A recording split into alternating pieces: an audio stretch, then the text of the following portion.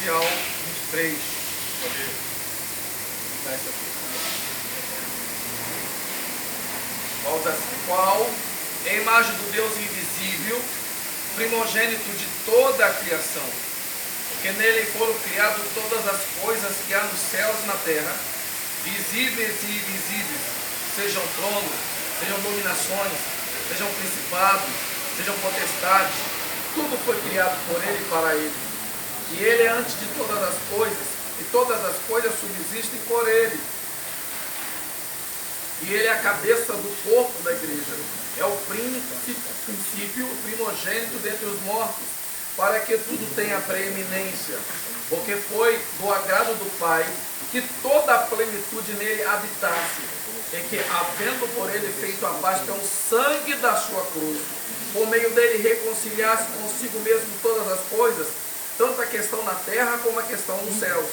A vós também, que no outro tempo éreis estranhos, inimigos, no entendimento pelas vossas obras, mas agora, contudo, vos reconciliou no corpo de sua carne, pela morte, para perante ele vos apresentar santos, irrepreensíveis e inculpados, se na verdade permaneceste fundados e firmes na fé, e não vos moverte da esperança do Evangelho, que tendes ouvido, o qual foi pregado em toda a criatura que há debaixo do céu, e do qual eu, Paulo, estou feito ministro.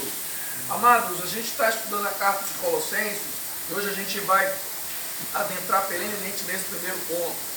A gente já conversou a respeito da carta, que a carta é escrita por alguém. E eu pergunto para os irmãos, quem é que escreve esta carta? Paulo, isso. Então é uma carta de Paulo. Retomando os nossos estudos, irmãos, quantas epístolas ou cartas Paulo escreveu às igrejas? Não saberia dizer ao todo quantas epístolas, quantas cartas foram escritas por Paulo à igreja? 4, tá? Vamos lá. Quem dá mais? 6. Quem dá mais? Vai estudando. Quem dá mais? Essa carta ela é chamada de carta da prisão, concorda? Nós estamos estudando as cartas da prisão. E a gente sabe que Paulo viveu possivelmente aí 4 períodos de prisão. A primeira prisão de Paulo se dá em Jerusalém. E quando Paulo está em Jerusalém, há um movimento entre os judeus que querem matá-lo. A prisão se dá a respeito da perseguição religiosa. Há uma perseguição religiosa. Paulo está em Jerusalém. A gente sabe que o sobrinho de Paulo toma consciência de que os judeus estão jejuando, porque vão criar uma sedição para tentar matá-lo. Paulo se apresenta ao centurião, diz que o centurião apresenta ao tribuno, dizendo que eu sou romano. Eu não posso ser preso injustamente, eu não posso ser crucificado, porque um romano não crucifica o. Por que Jesus morre crucificado, Alan? Porque Jesus é judeu. Porque se Jesus tem cidadania como Paulo, dupla cidadania, uma cidadania romana, ele não seria crucificado. Um romano não crucifica outro romano. E para se levar o romano à morte, ele precisa ser julgado. Entenderam isso? Então Paulo vive esse período. O que acontece? Tanto o tribuno, quanto o centurião vão transportar Paulo. Paulo é transportado. Paulo sai de Jerusalém e vai para Cesareia Marítima. Ele está em Cesareia agora. Ele vai aparecer de Atos Apóstolos, vai dizer que ele está diante de 2 homens, de Festo e de Félix. E ele conversa com alguns deles.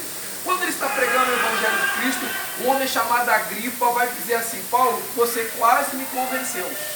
Quase me convenceu a respeito dessa verdade que você coloca, que é esse Evangelho de Cristo.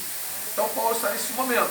Paulo agora vai ser transportado. A primeira viagem de Paulo no transporte, ele é transportado para uma ilha. Ele está numa navegação no Manaus. E vai acontecer um fato nessa ilha. Eu quero saber qual é o nome da ilha. E eu quero saber o que aconteceu com Paulo na ilha. Primeiro com a serpente. É, uma víbora. Mas qual é o nome da ilha que Paulo é transportado? Malta. E eu pergunto para os irmãos, existem pessoas nesse barco. A Bíblia diz que há um grande temporal, e aí diz o texto sagrado que de madrugada um anjo se apresenta para Paulo, diz: nenhum deles vai perecer. Vai haver sim naufrágio, mas nenhum vai perecer. E aí Paulo diz que tem uma quantidade de pessoas no barco. Eu pergunto, qual é a quantidade de pessoas que existem no barco? uma quantidade de pessoas lá no barco. Quantas pessoas existem no barco? Vamos vendo? Quantas pessoas? 276 pessoas existem no barco. E o texto diz que nenhum vai se perder. Agora Paulo é levado para Roma. Paulo tem duas prisões em Roma. A primeira prisão de Paulo é a prisão domiciliar. Paulo tem livre conduta. Paulo está ali, mas não está maniatado, não está preso. Paulo está lá no lugar, mas ele pode receber visita, ele pode conversar com as pessoas, tá? E esse texto, nesse primeiro ponto que Paulo está, a primeira prisão, Paulo vai escrever 4 cartas, chamadas cartas da prisão. Eu pergunto para os irmãos, quais são essas 4 cartas que Paulo vai escrever na sua primeira prisão em Roma? 4 cartas. A primeira carta foi que a gente escreveu, o pastor estava de férias, a gente estudou uma carta. Que carta foi essa? Não, uma carta que a gente estudou. Qual o nome dela? Filipenses. Então, a primeira carta uma das cartas que Paulo escreve na prisão é chamada Filipenses. Paulo escreve uma segunda carta na prisão. Qual é a segunda carta que Paulo escreve? Ele escreve Filemon, ele escreve Colossenses, que é essa que nós estamos olhando, só que ele escreve mais uma, que é Efésios. Então, quais são as cartas escritas na prisão? Da primeira prisão de Paulo, ó, Efésios, Filipenses, Colossenses e Filemon. Paulo vai ser solto, não tem acusação contra ele, ó, não tem acusação na vida religiosa. Por quê? Porque Paulo, além de ser romano, Paulo também é judeu, lembra? Ele também tem a cidadania judia. Então, vai perceber que ele não está fazendo nada de errado, ele é solto. Quando Paulo é solto, ele tem a oportunidade de escrever 2 cartas. Ele vai escrever a carta de Tito e ele vai escrever a primeira carta para Timóteo. Primeira carta para Timóteo. Aí Paulo está pregando o evangelho e vai ser preso de novo, irmãos, em Roma. Só que nessa segunda prisão agora, Paulo não tem prisão domiciliar. Paulo é preso por o que fosse hoje uma solitária. Uma solitária. Então, nesse momento, Paulo vai escrever agora, qual carta, Cleber? Paulo vai escrever a segunda carta a Timóteo. E aí fecha. Por quê? Porque é no ano 67. É no ano 67 que Nero vai mandar decapitar Paulo. Então, essas cartas são chamadas de cartas na prisão. Entenderam até aqui? Tranquilo, entendeu? Agora, quem é o portador? O portador da carta que vai ser entregue na cidade para os crentes de Colosso. Quem está levando? Uma mulher chiqueira, uma mulher e um homem. Quem está levando? Tem um rapazinho lá que tem um nome difícil que começa com T. Começa com T. Tico é quem vai, o portador, ele que vai levar essa carta. Ótimo. Agora, a gente disse também que Paulo não. Essa cidade, essa igreja que está em Colosso, Paulo não foi essa cidade. Paulo não fundou essa cidade. Ele estava em Éfeso. Éfeso, ele monta ali um ensino doutrinário, uma formação de uma escola missionária, e ele manda uma pessoa só de lá. Essa pessoa abre 3 frentes de trabalho. Ele sai de Éfeso, ensinado por Paulo, vai abrir a primeira, que é a maior, que é chamada Laodiceia, vai abrir a segunda, que é a média, que é chamada Hierápolis, e vai abrir a terceira, que é a última, que a gente está lendo, que é Colosso. Qual é o nome desse irmão que vai sair para fundar essas 3 obras lá? Epáfras, isso aí, Epáfras está sendo formado, vai sair, abrir. Muito bem. Ótimo. Gente, estamos caminhando bem, Então vamos ter consciência disso, do que a gente falou. Vamos lá, qualquer dos irmãos pode ler. Colossenses capítulo 4, um lê Colossenses 4,13 e o outro lê Colossenses 4,16. Para a gente confirmar isso que a gente está falando aqui. Lembrando que é uma carta circular. Pode ler. 4,13. Pois eu lhe dou testemunho, né? De que tem grande zelo por vós, e pelo que estão em Laodiceia, e pelo que estão em Hierápolis. Isso, muito bem. Então a carta é para Colosso. Ele está dizendo, ó, Epáfras tem zelo por vocês. Porque ele fez uma obra missionária bonita, ele ganhou vocês para Cristo, ele ganhou o povo de Colosso, o povo de Laodiceia e o povo de Hierápolis. Colossenses 4,16, que vai dizer que a carta é a carta circular. Quem pode ler? Colossenses 4,16.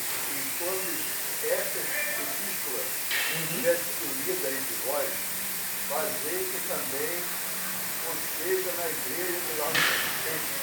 Isso. E que veio de Laodiceia. E vós também. Olha só que interessante. A gente vê um texto de uma carta sendo entregue a essa igreja de Laodiceia, todo mundo sabe. Está lá em Apocalipse capítulo 3, né? A gente sabe disso. Jesus se apresenta na ilha de Patmos e João escreve João é o escritor de uma carta para Laodiceia. Então ele está dizendo, se eles moram em se eles moram em Éfeso, eles são os Efésios. Ó. Se ele mora em Éfeso, eles são os Efésios. Se ele mora em Colossos, eles são os Colossenses. Se eles moram em Filipe, eles são os Filipenses. Se eles moram em Laodiceia, eles são Laodicenses. Entenderam como é que funciona esse texto? Isso, caxiense, isso aí, meritiense. Ó, só para você ter uma ideia, eu estava pensando hoje como é que a gente pode comparar essas três regiões. Por exemplo, você tem Caxias, que é imenso, Caxias é imenso. Aí depois você vem, ó, São João de Meriti, Vila dos Teles e Belfor Roxo. Caxias é imenso, depois você vem micro-regiões. Assim também acontecia nessa época, só para que a gente possa entender. Pode falar. O nosso irmão chegou aqui agora, Manuel. Isso. Já tem uns 3 programas. Ele passa a hora se olhando. Aí hoje eu tenho que entender se tem uma comunidade para estar aqui na igreja. Eu gosto disso. Glória a Deus. Coisa linda, hein? Já veio com isso para falar. Coisa boa. É importante, irmão, dizer que no ano 46 houve um grande terremoto nessa região. Um grande terremoto. Muitas pessoas morreram, casas caíram, foram arruinadas. Um grande terremoto em 1946. 46 depois de Cristo. No ano 60, todas as outras cidades já tinham sido levantadas. Laodiceia era muito rica, se levantou rápido. Roma perguntou, vocês precisam, Nero perguntou para Roma, vocês precisam de ajuda? Não precisamos de nada. A gente tem tudo, a gente é autossuficiente, não precisamos. Colossos também consegue se levantar. Hierápolis, mas Colossos não consegue. O que a gente tem que dizer para os irmãos? Que Colossos não tem dinheiro, Colossos não tem casas boas, Colossos não tem um comércio bom, Colossos não tem boas ruas asfaltadas, Colossos não tem água limpa. A igreja de Colosso, financeiramente, estruturalmente, é pobre. Mas Paulo está dizendo o seguinte, vocês são importantes. Porque aquilo que para os outros não tem importância, Deus acha importância em vocês. Deus acha valor em vocês. Deus acha capacidade em vocês. Para os outros, vocês não têm importância. Tem muitos que diriam assim, por que eu vou levantar uma obra lá? Que lá não vai dar uma renda, lá não vai dar um bom dízimo, lá não vai dar uma boa oferta. A morar naquele lugar, por quê? Mas Paulo está dizendo assim, ó, vocês são valorosos diante de Deus. Porque aquilo que para o homem não tem importância, a Deus dá valor. Isso é que Paulo está dizendo na carta. Que a gente precisa entender esse texto. O que é mais importante nesse texto aqui, irmãos? Paulo está dizendo assim, ó, eu digo para vocês que vocês têm um referencial diante de Jesus Cristo. Primeiro referencial é porque vocês estão em Colosso. Ele vai falar geografia física. Mas vocês também estão em Cristo. Ele está falando território espiritual. Eu preciso te dizer que Paulo está dizendo para nós aqui hoje. Nós temos dupla cidadania. Dupla cidadania. Kleber, como é que é isso? Se eu vivo no Brasil, eu respeito as leis do Brasil. Eu pago os meus impostos do Brasil. Eu ando de acordo com o que eu preciso resolver minha situação. Vou orar a Deus se eu não posso para acertar meu SPC. Vou orar a Deus se eu não posso para acertar meu imposto de renda. Vou orar a Deus se eu não posso para acertar o meu Serasa. Vou orar a Deus se eu não posso para pagar a minha luz e botar em dia, a minha água. Então tudo que a gente está devendo aqui, como cidadão humano, a gente é referência para glorificar o nome de Deus na terra. Kleber, só isso não. Eu tenho uma cidadania também no céu. Aqui eu moro no momento, mas o meu futuro não é aqui. O meu futuro é no céu. Então eu faço as coisas aqui na terra corretamente para o juiz da terra. Mas eu vivo também a vida espiritual para o juiz do céu. Como eu devo ser certo na terra, para ter testemunho de Deus da igreja na terra, eu preciso também ter uma relação com Deus e ser fiel a Deus também. Por isso que a gente oferta, é por isso que a gente dizima, é por isso que a gente faz a obra, é por isso que a gente evangeliza, é por isso que a gente não falta os cultos, é por isso que a gente faz a boa obra. Todo esse trabalho é um trabalho duplo, a gente precisa manter um e tem que manter o outro. Testemunho na terra e testemunho no céu. Então Paulo está dizendo isso. Outra coisa importante que Paulo está dizendo é o seguinte, ó. Lembra, já falei isso? Vocês são crentes maduros. E o que é crente? O que é ser crente maduro para Paulo? para ser crente maduro tem que ter 3 frutos. Ó, crente maduro, que Paulo está nos comparando uma árvore frutífera. Não é isso que ele está falando? Frutificai, crescei, desenvolvei. Então nós somos como sua árvore frutífera. Lembra o Salmo primeiro? Uma árvore plantada junto ao ribeiro d'água, né? Cujo dá os seus frutos na estação própria. Lembra disso? Então Paulo está nos comparando com o Salmo primeiro. Então ele está dizendo, vocês têm que dar fruto. E quais são os 3 frutos para Paulo que diz que a árvore está pronta? Frutos maduros. Quais são os 3 frutos? Já falei sobre isso. São 3 frutos. Quais são os frutos? 3 frutos. Está lá em Coríntios, também Coríntios 13:13 também está.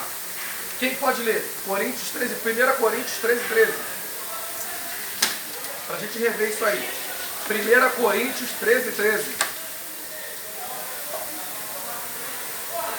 Maturidade para Paulo é ter esses 3 frutos.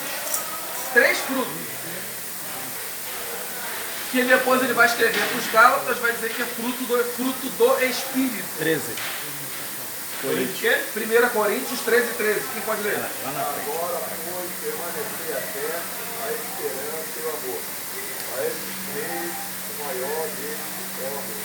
Tá, então Paulo está dizendo, estou retomando esse assunto, usando o Coríntios como uma igreja que não é madura.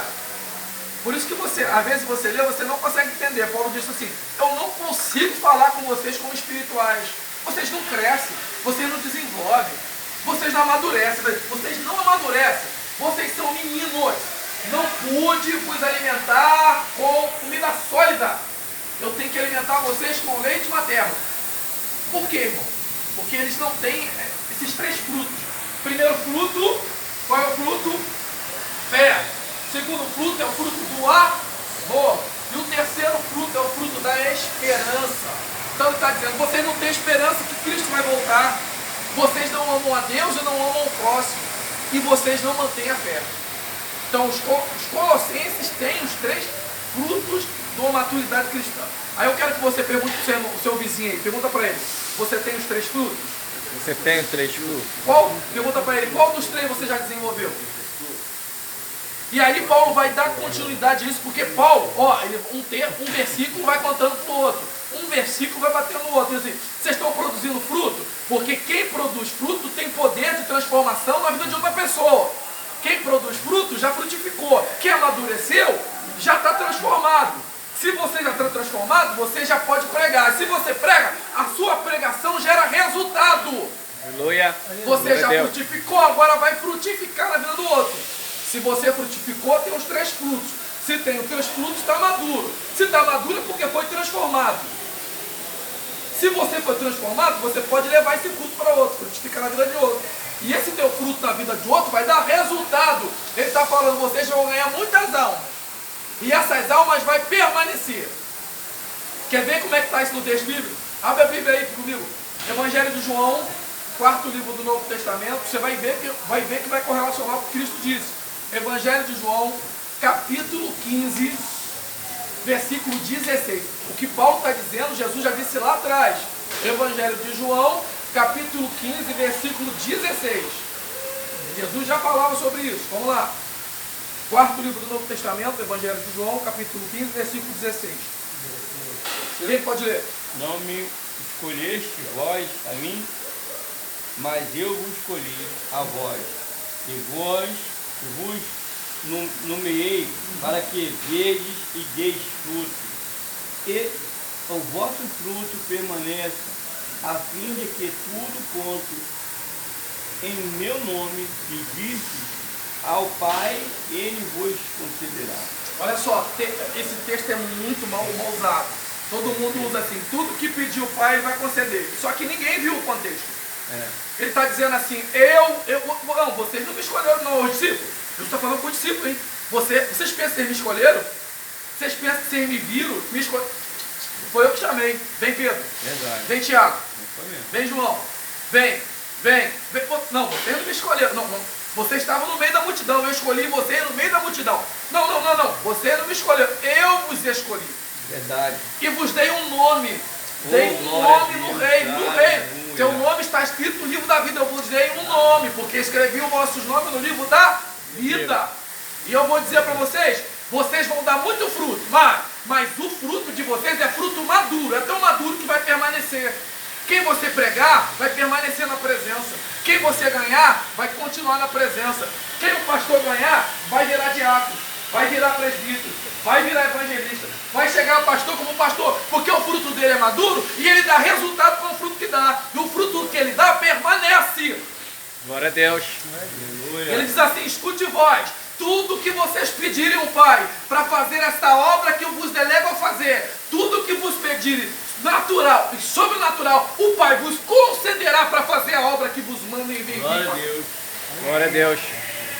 É pedir para Deus condições, possibilidades, milagres, obras, para fazer essa obra. É isso que ele está pedindo. Não é para comprar carro, não é para comprar casa, não é para comprar nada. É para fazer a obra, é para a obra permanecer, para a obra frutificar, para a obra crescer, para a obra evoluir. É isso que ele está falando. E alguém usa o texto, fora de contexto, para dizer que tem que pedir aquilo que precisa.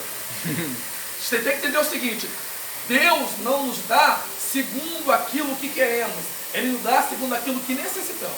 Verdade. Ele dá porque precisamos, não porque merecemos. Continuando, ele diz: poder transformador da oração. Paulo diz assim, ó: a oração de vocês tem que ter sabedoria, a oração de vocês tem que ter inteligência, vocês têm que viver de forma digna. Digno no grego é balança, tá? Digno no grego é balança. Significa, bota uma balança, você está de um lado, sabe aquela balança antiga que botava o pezinho? Você está sentado aqui, Jesus está sentado aqui. Não pode ter desequilíbrio. Ó, desequilíbrio. Muito legalismo, complicado. Sabe muito, entende muito, tá complicado. Vai cair na vaidade, na arrogância. Muito também esquece a palavra, esquece a Bíblia, que é só orar e buscar um monte também, aí é fanatismo. Você tem que estar equilibrado, ó. Equilibrado. Estuda a palavra, leitura da palavra, oração, buscar no monte, vai no culto, e assim a gente vai acertando.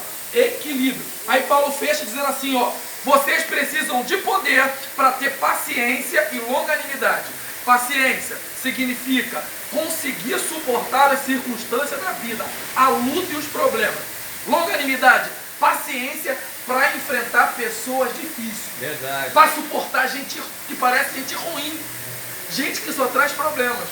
Mas ele diz: isso vocês têm que aceitar sorrindo, com amor, com gozo, com alegria. Não é triste porque está suportando. Não adianta você passar na prova e ficar aqui chorando, se lamentando. Você tem que dar glória a Deus e falar que nem a sulamita. Tudo vai bem. Tudo vai bem. Glória a Deus. Entenderam isso? E aí ele fecha, dou graça por tudo isso. Ele está fechando a oração. Aí Paulo vai dizer que ele nos tirou do império das trevas. Ó, no império das trevas, e nos transportou para o reino da sua luz. Ele tirou das trevas, embaixo, e colocou em cima. Olha a coisa ali. Maravilha isso. Ele vai falar, ele fez isso pela redenção e pela remissão. Kleber, o que é redenção? Resgate. Quem já viu o filme aqui, O Resgate do Soldado Ryan? Aquilo é resgate. E ele falou, a redenção quer dizer, nos trazer de volta foi remissão. Sabe o que é remissão? Pagar. É pagar. Remissão é porque você foi lá e comprou. Jesus nos comprou através do seu sangue. Ele está dizendo, ele nos resgatou da treva, nos colocou na luz, tirou de baixo, colocou em cima, porque o seu sangue, ele pagou com o seu sangue. Foi o sangue. Aí eu gosto de Pedro, porque Pedro vai dizer assim, não foi o sangue do bode, não foi por prata, não foi por ouro, mas foi por o sangue puro de Jesus. Foi o seu próprio sacrifício que nos resgatou. Glória e aí, a Deus. fechar, ele disse que ele nos reconciliou. Só para fechar, ele disse que ele nos reconciliou. Kleber, o que é reconciliar? Fácil. Depois lê em Gênesis, que quando Adão e Eva pecam, o que acontece? O texto diz assim, maldita é a terra por causa de vocês.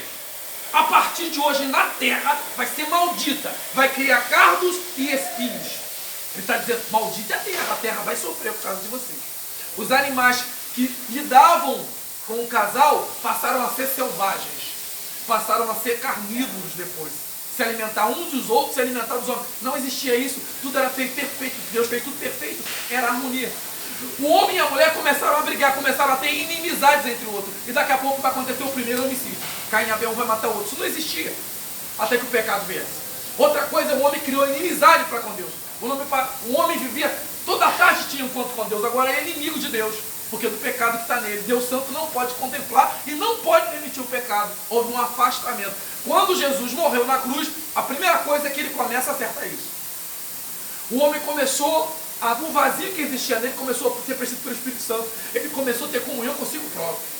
Ele se aceita e se perdoa. Segundo ponto, que o homem agora consegue amar um outro homem. Amar como irmão de Cristo. Porque ele tem Cristo dentro dele. Cristo mora dentro dele.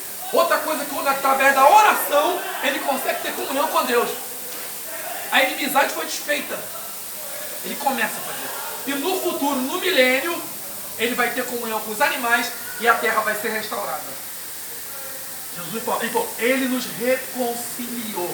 Reconciliar é uma coisa, uma aliança, um casamento, que estava desfeito, quebrou, e agora ele fez. Ele não, olha, se você disser para mim que ele pegou a aliança, botou no joalheiro para consertar, ele não consertou não, tá? Ele trouxe uma nova aliança. Não é a aliança quebrada que ele foi lá, pegou, consertou, soldou e botou. Não. Isso não é Deus. Ele não pegou a aliança, botou no orive, ele soldou e botou no lugar. Não. Ele fez uma nova aliança. E botou uma nova aliança. Glória a Deus. Ele restaurou tudo aquilo que estava quebrado.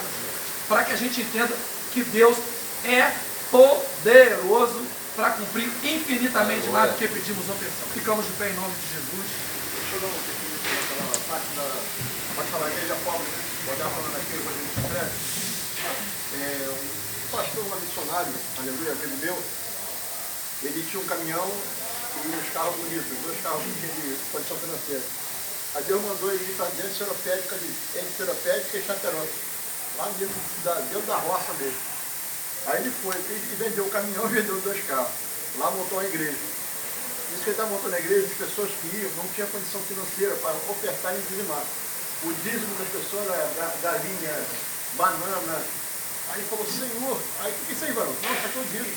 O dízimo é primícia. Aí levava, não tinha que receber. Caixa de banana, galinha, porco, cabra. E aí, ela? Aí Deus falou para ele montar um sacolão na pista, né, lá, e botar um preço que podia vender nessa hora. Além das pessoas serem abençoadas, ele botou pessoas para trabalhar que estavam desempregadas. E é a igreja mais forte que tem dentro do terapeuta. Graças a Deus. Do nada, né? A igreja era pobre, não montou a forma aqui, tornou a igreja maravilhosa, mais gosta que tem. Né? Glória a Deus. Manuel, sinta à vontade, volte com a igreja. O Fernando já é nosso. Mas Manuel volta. Agora não sei se vai te convidar, o senhor pode entrar direto aqui, se sentar aí. Sinta à vontade, o senhor vai estar congregando a igreja, está aí para sua casa. Não? Então, se puder, vai visitar também para a sua casa, para se conhecer de Paulo, e ver a igreja que você se sinta bem. Glorioso Deus, eterno Pai, Deus de graça, Deus que tudo Aleluia. se você que nosso seguro está de Glória! nada, bola perdida, muda de volta às filhas do coração. Venha ser conosco, meu Deus, poderoso. Muito obrigado por esse ensino. Muito obrigado. Deus, capacitado a ter ungido, Deus, para que ele possa, Deus, cada vez mais, Deus. Aleluia, fazer, Deus, fazer o do céu. Venha ser conosco cada vez mais. Deus, não fortalece, toma essa empresa. Meu Deus, todos os empresários. Que vai de tiro de ver nosso salário. Meu Deus, que faça ele também possa ser impactado. Glória a Deus. Aleluia. Venda dos setores, então interno como externo. Quero abençoar também nossas famílias, esposa, filhos, netos, e tomar em tuas mãos. Eu te peço, agradeço em nome do Senhor Jesus. Bendito no vídeo.